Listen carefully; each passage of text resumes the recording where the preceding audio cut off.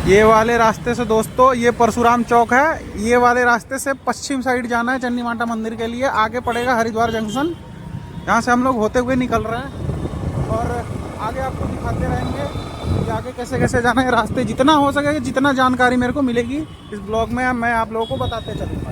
Video में आप लोग बने रहो। मिलते हैं आगे आगे, जैसे जैसे मेरे को व्यू और रास्तों का पता चलता है, जो जो नई नई चीज़ें पता चलेंगी मैं आपको बताते चलूँगा। दोस्तों ये रहा हरिद्वार जंक्शन रेलवे स्टेशन, और वो रहा कल हम उस पहाड़ी पे दिख रही होगी पहाड़ी, वही है मनसा माता मंदिर। और ये रास्ते से सीधे आप जाओगे तो हर की पैड़ी चले जाओगे और इधर ही से कट के इस साइड जाओगे, मतलब अपने राइट तो चंडी माता मंदिर चले जाओगे, है ना विकास जी।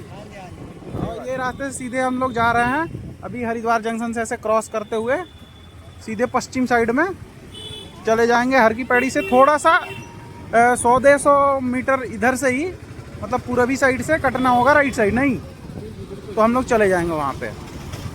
ठीक है दोस्तों, वीडियो में आप लोग बने रहो, आगे आप लोगों को दिखाएंगे हम।